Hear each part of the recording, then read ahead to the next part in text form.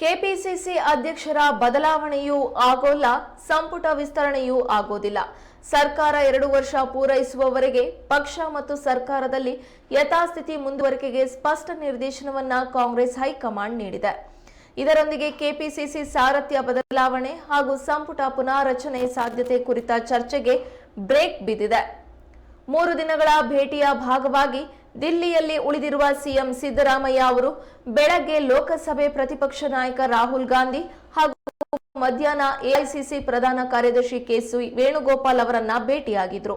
ರಾಜ್ಯ ವಿಧಾನ ಪರಿಷತ್ತಿನಲ್ಲಿ ತೆರವಾಗಿರುವ 4 ಸ್ಥಾನಗಳಿಗೆ ನಾಮನಿರ್ದೇಶನ ಸಂಬಂಧ ಸೂಕ್ತ ಆಯ್ಕೆ ಶುರು ಮಾಡಿ ಎಂದು ಸೂಚಿಸಿದ್ದನ್ನ ಬಿಟ್ರೆ ಪಕ್ಷ ಮತ್ತು ಸರ್ಕಾರದ ಮಟ್ಟದಲ್ಲಿ ಸದ್ಯಕ್ಕೆ ಯಾವುದೇ ಬದಲಾವಣೆಗೆ ಹೈಕಮಾಂಡ್ ನೋ ಎಂದಿದೆ.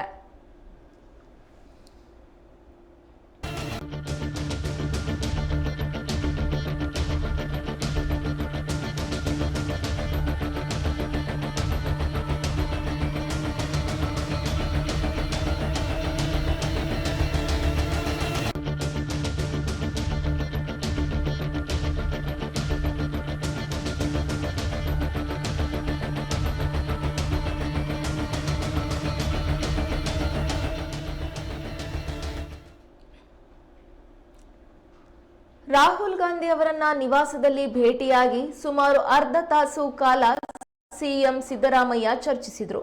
ರಾಜ್ಯ ರಾಜಕೀಯ ಬೆಳವಣಿಗೆಗಳ ಕುರಿತು ವಿವರಣೆ ನೀಡಿ ಸಚಿವ ಕೆಎನ್ ರಾಜಣ್ಣ ಅವರನ್ನ ಹನಿ ಟ್ರ್ಯಾಪ್ಗೆ ಕೆಡವಲು ನಡೆದ ಪ್ರಯತ್ನದ ಕುರಿತು ಸಿಎಂ ಪ್ರಸ್ತಾಪಿಸಿದರು.